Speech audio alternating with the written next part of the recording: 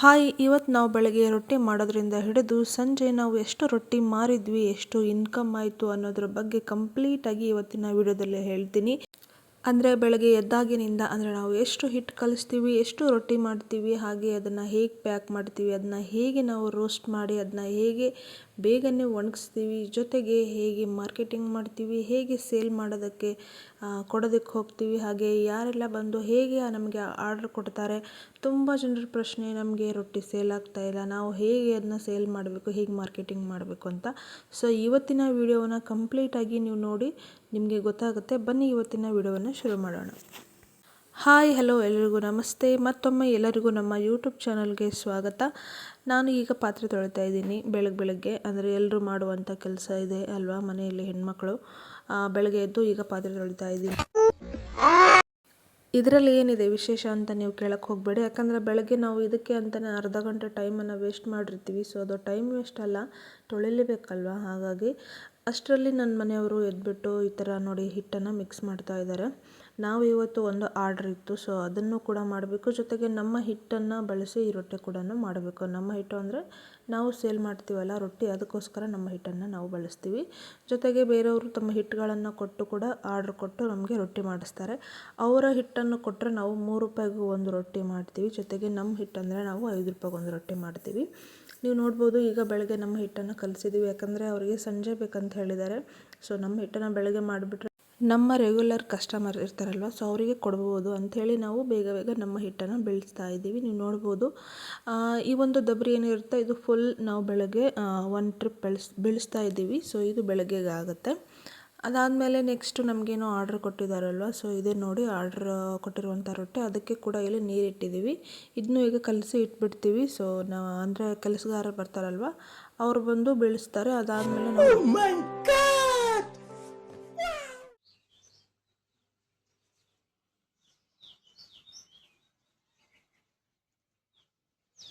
So ನೋಡಿದ್ರಲ್ಲ ಬೆಳಗ್ಗೆ ನಮ್ಮ ಮನೆ ಹತ್ರ ವ್ಯೂ ಹೇಗಿರುತ್ತೆ ಅಂತ. ಹಾಗೆ ಇಲ್ಲಿ ನಮ್ಮ ಮನೆಗೆ ರೊಟ್ಟಿ ಬೇಯಿಸೋಕೆ ಬರ್ತಾರಲ್ಲ, ಅವ್ರು ಬರ್ತಾ ಇದ್ದಾರೆ.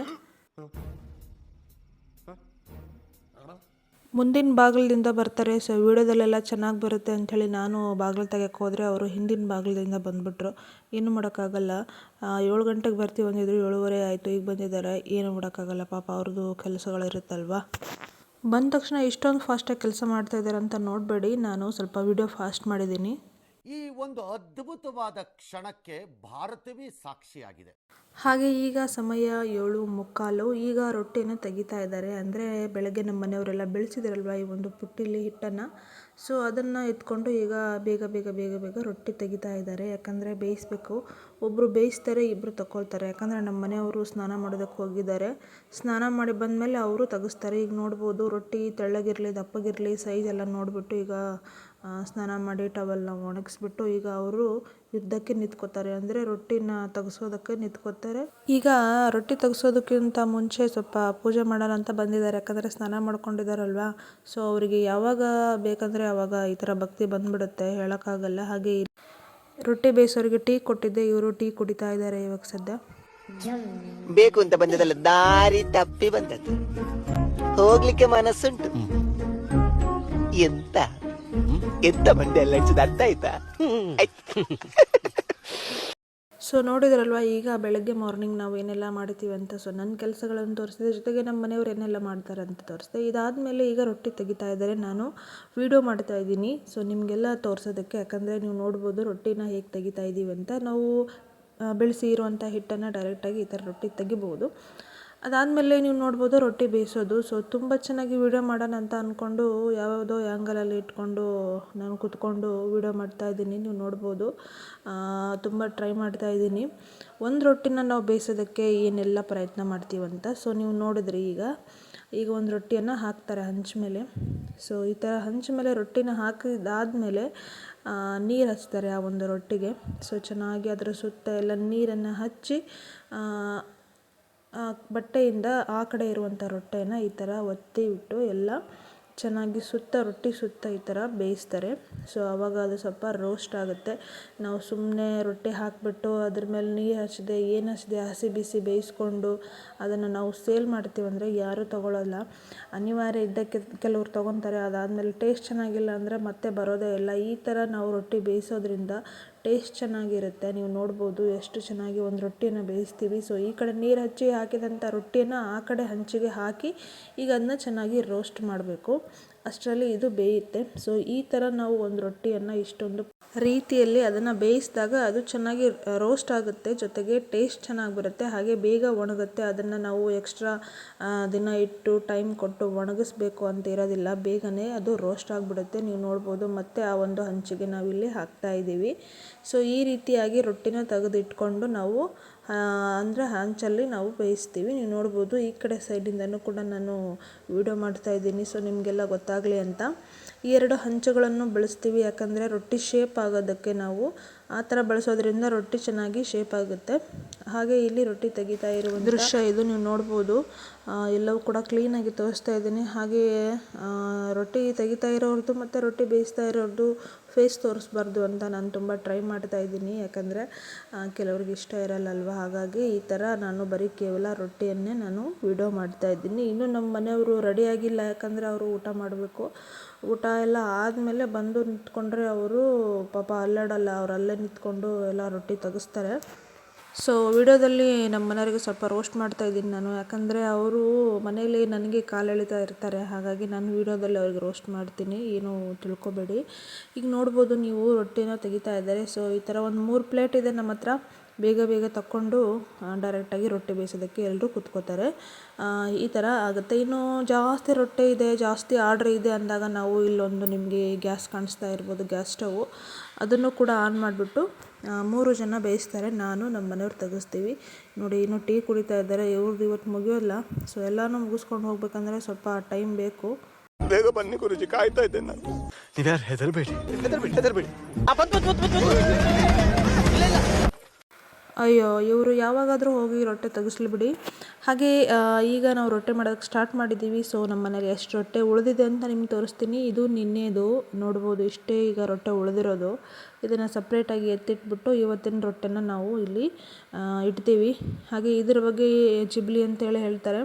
ಮೊದಲೆಲ್ಲ ನಾನು ಸ್ವಲ್ಪ ಬಟ್ಟೆಯಿಂದನೇ ಶೇಪ್ ಆಗೋ ಥರ ಒಂದು ಮಾಡಿಬಿಟ್ಟು ಈ ಥರ ಇಟ್ಟಿದ್ದೆ. ಇದ್ರ ಮೇಲೆ ನಾವು ರೊಟ್ಟಿ ಇಡ್ತಾ ಇದ್ವಿ. ಇವು ತುಂಬ ದಿನ ಆಗಿದ್ರಿಂದ ಸೊ ಇದನ್ನ ಬಳಸೋದು ಬೇಡ ಅಂಥೇಳಿ, ಅಂದರೆ ನಾವು ರೊಟ್ಟಿ ಇಡ್ತಾ ಶೇಪ್ಗಳೆಲ್ಲ ಹಾಳಾಗ್ತಾ ಇತ್ತು ಅದ್ರ ಮೇಲೆ. ಯಾಕಂದರೆ ಭಾರ ಇರುತ್ತಲ್ವ ಕೆಲವೊಮ್ಮೆ. ಹಾಗೆ ಇದು ನೀವು ನೋಡ್ಬೋದು ರೊಟ್ಟಿ ಕಟ್ಟಿರುವಂಥದ್ದು. ಅಂದರೆ ನಿನ್ನೆ ಮಾಡುವಾಗ ಮುರಿದಿರೋದು ಅಥವಾ ರೋಸ್ಟ್ ಮಾಡುವಾಗ ಸ್ವಲ್ಪ ಕಟ್ಟಾಗಿರೋದು ಅದು ಇಟ್ಟಿದ್ದೀವಿ. ಅದನ್ನು ನಾವು ಊಟಕ್ಕೆ ಬಳಸ್ತೀವಿ. ಜೊತೆಗೆ ಈಗ ನನ್ನ ಮಗಳು ಮಲಗಿದಾಳೆ, ನೀವು ನೋಡ್ಬೋದು. ಯಾಕಂದರೆ ಅವಳನ್ನ ಡಿಸ್ಟರ್ಬ್ ಮಾಡೋದಕ್ಕೆ ಹೋಗಲ್ಲ.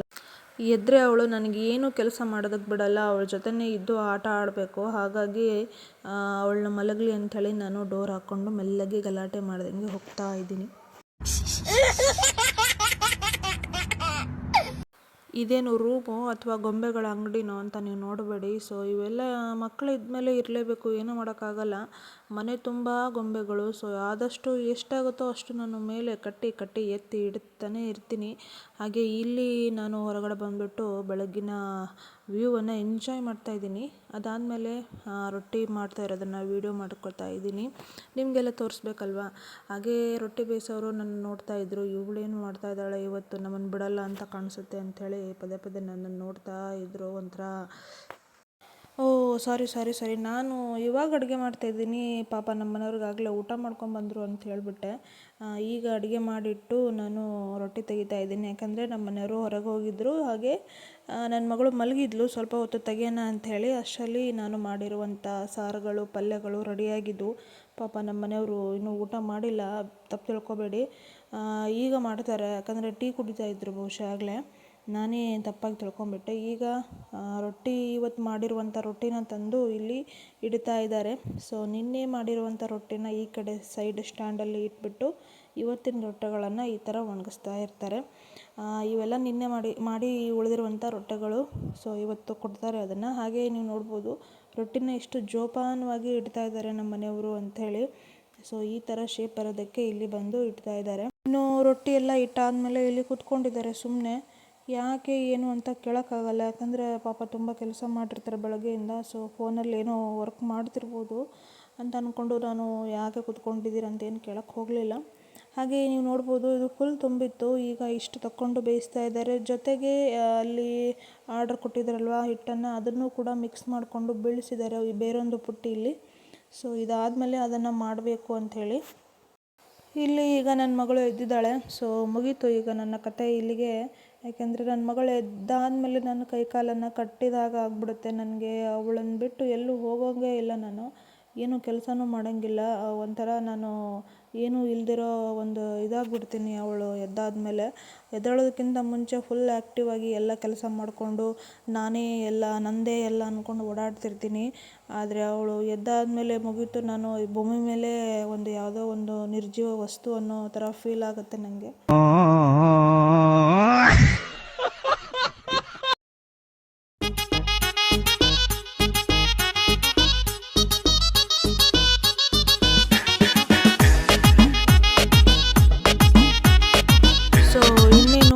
ಎದ್ದಾದಮೇಲೆ ಅವಳಿಗೆ ಊಟ ಮಾಡಿಸು, ಬ್ರಷ್ ಮಾಡಿಸು, ಸ್ನಾನ ಮಾಡಿಸು, ಆಟ ಆಡಿಸು, ಇದೇ ಮಾಡಿಕೊಂಡು ಅವಳು ಸುತ್ತ ನಾನು ಒಂಥರ ಬಾಲದ ಥರ ನಾನು ಅವಳಿಗೆ ಓಡಾಡ್ಕೊಂಡಿರಬೇಕು.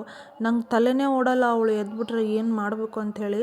ಹಾಗೆ ನೋಡಿ ಇಲ್ಲಿ ಯಾವ ಥರ ಕಿತಾಪತಿ ಮಾಡ್ತಾ ಇರ್ತಾಳೆ ಅಂತ.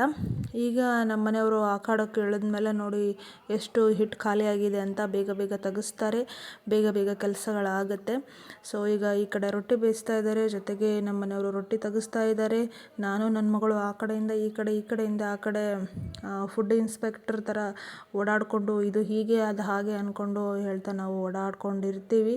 ಸೊ ವೀಡಿಯೋನೂ ಸರಿಯಾಗಿ ಮಾಡೋದಕ್ಕಾಗಲ್ಲ ಅವಳು ಎದ್ದಾದಮೇಲೆ, ಯಾಕಂದರೆ ಕೈ ಹಿಡಿದು ಎಳಿತಾ ಇರ್ತಾಳೆ. ಸೊ ಹಾಗಾಗಿ ವಿಡಿಯೋ ಈ ಥರ ಎಲ್ಲ ಆ್ಯಂಗಲಲ್ಲಿ ಶೂಟ್ ಆಗುತ್ತೆ. ದಯವಿಟ್ಟು ಏನು ತಿಳ್ಕೊಬೇಡಿ. कौन है ये लोग? कहाँ से आते हैं? ಸೊ ಈಗ ರೊಟ್ಟಿ ಎಷ್ಟಾಗಿದೆ ಅಂತ ನಾನು ನಿಮಗೆ ತೋರಿಸ್ತಾ ಇದ್ದೀನಿ. ನಾನು ನನ್ನ ಮಗಳು ನೋಡ್ತಾ ಬಂದಿದ್ದೀವಿ ಎಷ್ಟು ಮಾಡಿದ್ದಾರೆ ಇವತ್ತು. ನನ್ನ ಮಗಳು ಅದನ್ನೇ ಯೋಚನೆ ಮಾಡ್ತಾ ಇದ್ದಾಳೆ. ಸೊ ನಾನು ಮಲಗಿದ್ದಾಗ ಇಷ್ಟೆಲ್ಲ ಕೆಲಸಗಳು ನಡೆಯುತ್ತಾ ನನಗೆ ಗೊತ್ತೇ ಆಗಲ್ಲ. ಸೊ ಅದರಲ್ಲೇನಾದರೂ ನಾನು ರೊಟ್ಟಿ ತೆಗೆಯೋ ವಿಡಿಯೋ ಏನಾದರೂ ತೋರಿಸ್ಬಿಟ್ರೆ ಸೊ ನಾನು ಮಲಗಿದಾಗ ನೀನು ರೊಟ್ಟಿ ತೆಗೆಯೋಕ್ಕೆ ಹೋಗಿದ್ಯಾ ಅಂತಲೂ ಅದಕ್ಕೂ ಅಳ್ತಾಳೆ. ಸೊ ಅಷ್ಟೊಂದು ಪೊಸೆಸಿವ್ ಅವಳು. ಅದಾದಮೇಲೆ ಈಗ ಸ್ವಲ್ಪ ಅರ್ಜೆಂಟ್ ರೊಟ್ಟಿ ಕೊಡೋದಿದೆ ಅಂಥೇಳಿ ನಮ್ಮ ಮನೆ ರೊಟ್ಟಿ ಸೊ ಈ ಥರ ಪ್ಯಾಕ್ ಮಾಡ್ತಾರೆ. ಅಂದರೆ ಹಿಟ್ಟನ್ನು ಬೀಳಿಸ್ತಿರುವಾಗ ಅವರಿಗೆ ಸ್ವಲ್ಪ ಫ್ರೀ ಟೈಮ್ ಸಿಗುತ್ತಲ್ಲ, ಆವಾಗ ಹೋಗೋಗಿ ಇಲ್ಲಿ ಹತ್ರ ಇರೋರಿಗೆಲ್ಲ ರೊಟ್ಟಿ ಕೊಟ್ಬಿಟ್ಟು ಬರ್ತಾರೆ. ಅದಾದಮೇಲೆ ಮತ್ತೆ ತೆಗೆಸ್ತಾರೆ. ಸೊ ಇದು ನಮ್ಮ ರೊಟೀನು. ಇವತ್ತು ಆ್ಯಕ್ಚುಲಿ ನಾವು 7 ಗಂಟೆಗೆ ಸ್ಟಾರ್ಟ್ ಮಾಡಬೇಕು ಅಂದ್ಕೊಂಡು 7:15ಗೆ ಸ್ಟಾರ್ಟ್ ಮಾಡಿದ್ವಿ. ಅಂದರೆ ಹಿಟ್ಟೆಲ್ಲ ಬೇಯಿಸಿದ್ವಿ ನಾವು ಆಲ್ರೆಡಿ, ಬಟ್ ರೊಟ್ಟಿ ಬೇಯಿಸೋದಕ್ಕೆ 7:30 8 ಗಂಟೆಯಿಂದ ಶುರುವಾಯಿತು. ಸೊ ಇಷ್ಟು ರೊಟ್ಟಿ ಆಗಿದ್ದಾವೆ. ಹಾಗೆ ನೀವು ನೋಡ್ಬೋದು ಈಗ ರೊಟ್ಟಿ ಬೇಯಿಸ್ತಾ ಇದ್ದಾರೆ. ಸೊ ಇದೇ ನಮ್ಮ ಡೈಲಿ ರೂಟೀನ್ ಅಂತ ಹೇಳ್ಬೋದು. ಸೊ ಈಗ ಹಿಟ್ಟಿಲ್ಲಿ ಒಬ್ಬರು ಬೀಳಿಸ್ತಾ ಇದ್ದಾರೆ, ಜೊತೆಗೆ ಇಬ್ಬರು ಬೇಯಿಸ್ತಾ ಇದ್ದಾರೆ. ಈಗ ಸಮಯ ನೀವು ನೋಡ್ಬೋದು. ಹಾಗೆ ನಮ್ಮ ಮನೆಯವರು ರೊಟ್ಟಿ ಕೊಟ್ಟು ಬರ್ತಾರೆ. ಸೊ ಬೀಳಿಸಿದೆಲ್ಲ ಆದಮೇಲೆ ಮತ್ತೆ ರೊಟ್ಟಿ ತೆಗ್ಸೋದು. ಸೊ ಇದು ಕೆಲಸ ನಡೀತಾ ಇದೆ. ಹಣ ಬಂದ ಏನೋ ಅದು ಚಿಕ್ಕ ಹುಡುಗರ ತರ ಅಣೆಬೆಂದೆ. ಈಗ ನಮ್ಮ ಮನೆಯವರು ಮತ್ತೆ ರೊಟ್ಟಿ ತೆಗ್ಸೋದಕ್ಕೆ ನಿಂತಿದ್ದಾರೆ. ಈಗ ಆ ಕಡೆಗೆ ಇಳಿದಿದ್ದಾರೆ. ಸೊ ಈಗ ನೋಡ್ಬೋದು ಟೈಮ್ ಎಷ್ಟಾಗಿದೆ ಅಂಥೇಳಿ. ಸೊ ನನ್ನ ಮಗಳು ಅಮ್ಮನ ಮನೆಗೆ ಹೋಗಿದ್ದಾಳೆ. ಹಾಗೆ ರೊಟ್ಟಿ ತೆಗೆಯುವಂಥ ಕೆಲಸ ನಡೀತಾನೆ ಇದೆ. ಬೆಳಗ್ಗೆನೇ ಟಿಫನ್ ಮಾಡಿರ್ತಾರಲ್ವ, ಅವರು ಬೇಗನೆ ಬಂದು ಪಾಪ ಟಿಫನ್ ಮಾಡ್ಕೊಂಬರ್ತಾರೆ. ಅವರು ತಂದೆ ಇರ್ತಾರೆ, ಬೆಳಗ್ಗೆ ಅದನ್ನ ಮಾಡಿರ್ತಾರೆ. ಸೊ ಮಧ್ಯಾಹ್ನ ಹೊಟ್ಟೆ ಹಸಿವಾಗುತ್ತೆ ಅಂಥೇಳಿ ನಾನು ಏನಾದರೂ ಮಾಡೋಣ ಅಂತ ಅಂದ್ಕೊಂಡೆ. ಸೊ ಮಧ್ಯಾಹ್ನದಷ್ಟಲ್ಲಿ ಎಷ್ಟು ರೊಟ್ಟಿ ಆಗಿದೆ ಅಂತ ನೀವು ನೋಡ್ಬೋದು. ಸೊ ಅವಾಗೆ ಎಲ್ಲ ರೋಸ್ಟ್ ಆಗಿಬಿಡುತ್ತೆ. ಹಾಗಾಗಿ ಈ ಥರ ಪ್ಯಾಕ್ ಮಾಡಿಬಿಡ್ತೀವಿ, ಇಲ್ಲಾಂದರೆ ಇಡೋದಕ್ಕೆ ಜಾಗ ಆಗಲ್ಲ. ಸೊ ಈಗ ಇವೆಲ್ಲ ಮಾಡ್ತಾ ಇರುವಂಥ ರೊಟ್ಟಿಗಳು. ಸೊ ಏನಾದರೂ ಮಾಡೋಣ ಅಂತ ಅಂದ್ಕೊಂಡು ನಾನು ಕೂಡ ಅಡುಗೆ ಮನೆ ಕಡೆ ಹೊರಟೆ. ಸ್ಟಾಪ್ಡ್ ಯು, ನಿಮ್ಮನ್ನು ತಡೆದಿರುವವರು ಯಾರು? ಸೊ ನಮ್ಮನ್ನು ಯಾರೂ ತಡೆದಿಲ್ಲ, ಹಾಗೆ ಮಾಡು ಅಂತಲೂ ಯಾರೂ ಹೇಳಲಿಲ್ಲ. ಬಟ್ ತಡ್ಕೊಂಡು ಕುಂದ್ರಕ್ಕಾಗಲ್ವಲ್ಲ, ಬೆಳಗ್ಗೆ ಮಾಡಿದ ಪಲ್ಯ ಅದನ್ನ ಯಾರು ತಿಂತಾರೆ ಅಂದ್ಬಿಟ್ಟು ಇವಾಗ ಫ್ರೆಶ್ ಆಗಿ ಬಿಸಿ ಬಿಸಿ ಉಪ್ಪಿಟ್ಟು ಮಾಡೋಣ ಅಂತ ಅಂದ್ಕೊಂಡು ಮಾಡ್ತಾ ಇದ್ದೀನಿ. ನನ್ನ ಮಗಳು ಬರೋ ಅಷ್ಟರಲ್ಲಿ ಬೇಗ ಬೇಗ ಮಾಡೋಣ ಅಂತ. ಸೊ ಅವಳು ಅಮ್ಮನ ಮನೆಗೆ ಹೋಗಿದ್ದಾಗ ನಾನು ಸ್ವಲ್ಪ ಎಡಿಟಿಂಗು ಅಥವಾ ನಂದೇನಾದರೂ ಕೆಲಸ ಮತ್ತು ರೆಸ್ಟು ಅದನ್ನೆಲ್ಲ ಮಾಡ್ಕೋತೀನಿ. ಇಲ್ಲಾಂದರೆ ತುಂಬಾ ಕಷ್ಟ ಆಗ್ತಿತ್ತು. ಸೊ ಅವಳು ಯಾವಾಗಲೂ ಆಟ ಆಡಬೇಕು, ಅವಳ ಜೊತೆ ಏನು ಕೆಲಸ ಮಾಡೋದಕ್ಕೆ ಬಿಡಲ್ಲ. ಅದರಲ್ಲೂ ನಾನು ರೊಟ್ಟಿ ತೆಗಿಯೋಕ್ಕೆ ಅಥವಾ ಮಷಿನ್ ಹತ್ರ ಏನಾದರೂ ಹೋಗಿಬಿಟ್ರೆ ಅವಳಿಗೆ ಆಗೋದೇ ಇಲ್ಲ, ಆ ಕೆಲಸ ಅಂತೂ ಮಾಡೋದಕ್ಕೆ ಬಿಡೋದೇ ಇಲ್ಲ. ಅವಳಿದ್ದಾಗ ಕೆಲವೊಮ್ಮೆ ಹಾಗೆ ಆಟ ಆಡಿಸ್ಕೊಂಡು ಮಾಡ್ಕೋತೀನಿ. ಪಾಪ ನಮ್ಮ ತಂಗಿ, ನಮ್ಮ ತಮ್ಮ, ಅಮ್ಮ ಅವರೆಲ್ಲ ತುಂಬ ಚೆನ್ನಾಗಿ ನೋಡ್ಕೋತಾರೆ ಅವಳನ್ನ. ಹಾಗಾಗಿ ಅವಳು ಒಂದು 2-3 ತಾಸು ಅಲ್ಲೇ ಇದ್ಬಿಟ್ಟು ಬರ್ತಾಳೆ. ಹಾಗೆ ಈಗ ನೋಡ್ಬೋದು ರೊಟ್ಟಿ ಪ್ಯಾಕಿಂಗ್ ನಡೀತಾ ಇದೆ. ಸೊ ಮಾಡ್ದಂಗೆ ನಮ್ಮ ಮನೆಯವರು ಪ್ಯಾಕ್ ಮಾಡ್ತಾ ಇದ್ದಾರೆ. ಇವತ್ತು ಒಂದು ಆರ್ಡರ್ ರೊಟ್ಟಿ ಇತ್ತು, ಜೊತೆಗೆ ನಾವು ಕೊಡೋದೆಲ್ಲ ಕಮಿಟ್ಮೆಂಟ್ ಇರುತ್ತಲ್ಲ ಅದೆಲ್ಲ ಆಗ್ತಾಯಿತ್ತು. ಸಬ್ಸ್ಕ್ರೈಬ್ ಮಾಡಿ, ಲೈಕ್ ಮಾಡಿ, ಶೇರ್ ಮಾಡಿ. ಎಲ್ರಿಗೂ ನಮಸ್ಕಾರ. Thank you.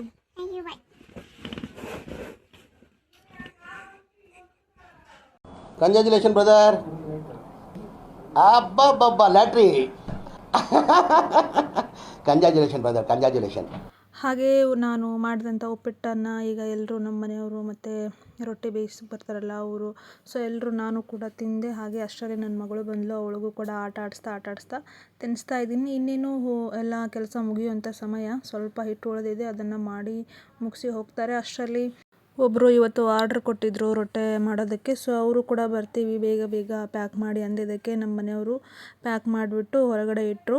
ಅವರು ಕೂಡ ಹೋಗೋದಿತ್ತು. ಇನ್ನು ನಾವು ರೊಟ್ಟೆನ ಹೇಗೆ ಪ್ಯಾಕ್ ಮಾಡ್ತೀವಿ ಅಂತ ನಿಮಗೆ ಆಲ್ರೆಡಿ ತೋರಿಸಿದ್ದೀನಿ. ಒಂದು ಕವರ್ ಇರುತ್ತೆ, ಅದರಲ್ಲಿ 100 ರೊಟ್ಟಿ ಹಿಡಿಸುತ್ತೆ. ಅದರಲ್ಲಿ ನಾವು ಪ್ಯಾಕ್ ಮಾಡಿಬಿಟ್ಟು ಈ ಸದ್ಯಕ್ಕೆ ನಮ್ಮ ಮನೆಯವರು ಬೈಕಲ್ಲೇ ತೊಗೊಂಡು ಹೋಗ್ತಾರೆ ರೊಟ್ಟಿನ. ತುಂಬ ಆರ್ಡ್ರ್ ಇದ್ದರೆ ನಾವು ಆಟೋ ಬಾಡಿಗೆ ಮಾಡಿ ಕಳಿಸ್ತೀವಿ. ಸೊ ಈ ಥರ ನಾವು ಪ್ಯಾಕಿಂಗು ಮತ್ತು ಕಳಿಸೋದಾಗಿರ್ಬೋದು ನಡೀತಾ ಇದೆ. ತುಂಬ ಜನ ಏನು ಕೇಳ್ತೀರಾ ಅಂದರೆ, ನಮ್ಮದು ರೊಟ್ಟಿ ಮಿಷನ್ ಇದೆ, ಆದರೆ ಆರ್ಡ್ರ್ ಬರ್ತಾಯಿಲ್ಲ ಅಥವಾ ನಮ್ಮದು ಸೇಲ್ ಆಗ್ತಾಯಿಲ್ಲ ಅಂತ. ನಿಜವಾಗ್ಲೂ ಸುಮ್ಮನೆ ಮಷಿನ್ ಇಟ್ಕೊಂಡು ಕೂತ್ಕೊಂಡಿದ್ರೆ ಯಾರ್ದು ರೊಟ್ಟಿ ಸೇಲ್ ಆಗಲ್ಲ. ಇದ್ರ ಬಗ್ಗೆ ನಾನು ತುಂಬಾ ಎಕ್ಸ್ಪ್ಲೇನ್ ಮಾಡಿದ್ದೀನಿ ನನ್ನ ಹಿಂದಿನ ವಿಡಿಯೋದಲ್ಲಿ. ನಾವು ಹೇಗೆ ಶುರು ಮಾಡಿದ್ವಿ, ಹಾಗೆ ನಾವು ಏನೇನೆಲ್ಲ ತೊಂದರೆಗಳನ್ನು ಅನುಭವಿಸಿದ್ವಿ, ಅದಾದಮೇಲೆ ನಾವು ಹೇಗೆ ಸೆಟಲ್ ಆದ್ವಿ, ರೊಟ್ಟಿನ ಒಂದು ಈ ರೀತಿಯಾಗಿ ಸೇಲ್ ಮಾಡೋದಕ್ಕೆ ಏನೆಲ್ಲ ಟ್ರಿಕ್ಸ್ ಯೂಸ್ ಮಾಡಿದ್ವಿ, ಹಾಗೆ ನಮ್ಮ ಲೈಫ್ ಹೇಗಿತ್ತು, ಹೇಗಾಯಿತು ಅದನ್ನೆಲ್ಲ ನಾನು ಹಿಂದಿನ ವಿಡಿಯೋದಲ್ಲೇ ಹೇಳಿದ್ದೀನಿ. ಸೊ ಎಲ್ಲ ವಿಡಿಯೋದಲ್ಲೂ ಅದ್ರ ಬಗ್ಗೆ ಹೇಳ್ಕೊತ ಹೋದರೆ ವಿಡಿಯೋ ತುಂಬಾ ಲೆಂತ್ ಆಗಿಬಿಡುತ್ತೆ. ಹಾಗಾಗಿ ಸೊ ಈಗ ನೀವು ನೋಡ್ಬೋದು ರೊಟ್ಟಿನ ಹೊರಗಡೆ ಇಟ್ಟಿದ್ದೀವಿ. ಈಗ ಬರ್ತೀವಿ ಅಂತ ಹೇಳಿದ್ದಕ್ಕೆ ನಾವು ಇಟ್ಟಿದ್ದೀವಿ. ಸೊ ಈಗ ಅವರ ರೊಟ್ಟಿ ರೆಡಿ ಆಯಿತು, ಜೊತೆಗೆ ನಮ್ಮ ಬೆಳಗಿನ ರೊಟ್ಟಿಗಳೆಲ್ಲ ರೆಡಿಯಾಗಿದೆ. ಅದನ್ನು ಕೂಡ ಕೊಡೋದಕ್ಕೆ ಹೋಗ್ತಾ ಇದ್ದಾರೆ ನಮ್ಮ ಮನೆಯವರು. ಸೊ ನಾನಿಲ್ಲಿ ನನ್ನ ಮಗಳನ್ನ ಕೂರಿಸ್ಕೊಂಡು ಅವಳ ಜೊತೆ ಆಟ ಆಡ್ತಾ, ಸೊ ರೊಟ್ಟಿ ತೊಗೊಂಡು ಹೋಗೋಕ್ಕೆ ಬರ್ತಾರಲ್ಲ ಅವ್ರಿಗೆ ಕಾಯ್ತಾ ನಾವು ಕೂತಿದ್ದೀವಿ. ಅಷ್ಟರಲ್ಲಿ ನಮ್ಮ ಮನೆಯವರು ಅವರ ರೊಟ್ಟಿಗಳನ್ನೆಲ್ಲ ಪ್ಯಾಕ್ ಮಾಡಿಕೊಂಡ್ರು, ಜೊತೆಗೆ ರೊಟ್ಟಿ ಬೇಯಿಸೋದೆಲ್ಲ ಮುಗೀತು. ಅವರು ಕೂಡ ಅಕ್ಕರೆಲ್ಲ ಹೋಗ್ತಾ ಇದ್ದಾರೆ. ಸೊ ಸದ್ಯಕ್ಕೆ 3 ಜನ ಬರ್ತಾ ಇದ್ದಾರೆ. ಇವತ್ತು ಬೆಳಗ್ಗೆ ಸ್ಟಾರ್ಟ್ ಮಾಡಿದ್ವಿ. ಇವತ್ತು ಫುಲ್ ಡೇ ಅಂದರೆ ಬೆಳಗ್ಗೆ 7:30ಇಂದ ಸಂಜೆ 5 ಗಂಟೆವರೆಗೂ ಕೆಲಸ ನಡೆದಿರುತ್ತೆ. ಸೊ ಈ ಥರ ನಡೀತಾ ಇದೆ ನಮ್ಮದು. ಹಾಗೆ ಈಗ ಬೈಕಲ್ಲಿ ನಾವು ಸುಮಾರು ಒಂದು 600-700 ರೊಟ್ಟಿನ ತೊಗೊಂಡು ಹೋಗ್ಬೋದು. ಇನ್ನು ದಿನಕ್ಕೆ ಎಷ್ಟು ಸೇಲ್ ಮಾಡ್ತೀವಿ ಅಂತ ಹೇಳೋದಾದರೆ ಅದು ಡಿಪೆಂಡ್ ನಾವು ಎಷ್ಟು ಮಾಡಿರ್ತೀವಿ ಅನ್ನೋದ್ರ ಮೇಲೆ. ಫುಲ್ ಡೇ ಅಂದರೆ ನಿನ್ನೆದು ಇರುತ್ತೆ, ಸೊ ಇವತ್ತಿಂದು 2 ಸೇರಿ ರೊಟ್ಟೆಗಳಿರುತ್ತೆ. ಒಂದು 1500 ಆ ಥರ, ಅದ್ರ ಮೇಲೂ ಆಗಿರ್ಬೋದು, ಕಡಿಮೆನೂ ಆಗ್ಬೋದು. ಸೊ ಅಷ್ಟು ಸೇಲ್ ಮಾಡ್ತೀವಿ. ಹಾಗೆ ಜೊತೆಗೆ ನಾವು ಎಷ್ಟು ಮಾಡ್ತೀವಿ ಅನ್ನೋದು ತುಂಬಾ ಇಂಪಾರ್ಟೆಂಟ್ ಆಗುತ್ತೆ. ಕೆಲವೊಂದು ಸಾರಿ 9 ಗಂಟೆಯಿಂದ 5 ಗಂಟೆಗೆ ಇರುತ್ತೆ ಕೆಲಸ, ಅವಾಗ ಸ್ವಲ್ಪ ರೊಟ್ಟಿ ಕಡಿಮೆ ಆಗುತ್ತೆ. ಕೆಲವೊಂದು ಸಾರಿ ಒಬ್ಬರು ಬಂದರೆ ಒಬ್ಬರು ಬಂದಿರಲ್ಲ. ಸೊ ಈ ಥರ ಕೆಲಸಗಳು ನಡೆದಾಗ ಸ್ವಲ್ಪ ರೊಟ್ಟಿ ಕಡಿಮೆ ಆಗುತ್ತೆ. ನಮಗೆ ಇತ್ತೀಚೆಗಂತೂ ಎಷ್ಟು ರೊಟ್ಟಿ ಇದ್ರೂ ತುಂಬಾ ಕಡಿಮೆ ಅಂತಲೇ ಅನ್ನಿಸ್ತಾ ಇರುತ್ತೆ. ಯಾಕಂದರೆ ಅಷ್ಟು ರೊಟ್ಟಿ ಆರ್ಡ್ರ್ಗಳು ಬರ್ತಾ ಇದೆ. ಸೊ ಹೀಗೆ ಬರಲಿ ಅನ್ನೋದೇ ನಮ್ಮ ಕೂಡ ಆಸೆ. ಒಂದು ದಿನವೂ ಸ್ಟಾಪ್ ಮಾಡೋಕ್ಕಾಗ್ತಾಯಿಲ್ಲ ನಮಗೆ. ಕೆಲವೊಂದು ಸಾರಿ ಸುಸ್ತು ಅನಿಸುತ್ತೆ, ರಜೆ ಹಾಕಬೇಕು ಅಂತ ಅಂದ್ರೂ ಕೂಡ ಕಮಿಟ್ಮೆಂಟ್ಗಳಿರುತ್ತೆ. ಸೊ ಹಾಗೆಯೇ ನನ್ನ ಮಗಳು ನೋಡಿ ಹಿಟ್ಟಿನ ಚೀಲವನ್ನು ಕೊಟ್ಟು ಬಂದಳು. ಕೆಲವರಿಗೆ ತುಂಬ ಡೌಟ್ ಇರುತ್ತೆ, ಏನಂದರೆ ಹಿಟ್ಟು ಕೊಟ್ಟು ನಾವು ರೊಟ್ಟಿ ಮಾಡಿಸಿದಾಗ ಸೊ ಇವ್ರು ನಮ್ಮ ಹಿಟ್ಟೇ ಯೂಸ್ ಮಾಡ್ತಾಯಿದ್ದಾರೆ ಅಥವಾ ಅವ್ರು ಹಿಟ್ಟು ಯೂಸ್ ಮಾಡ್ತಾರಾ ಅಂತ. ಸೊ ಹಾಗಾಗಿ ನಾವು ಈ ಥರ ಅವ್ರ ಚೀಲನ ಅವ್ರಿಗೆ ಕೊಟ್ಬಿಡ್ತೀವಿ.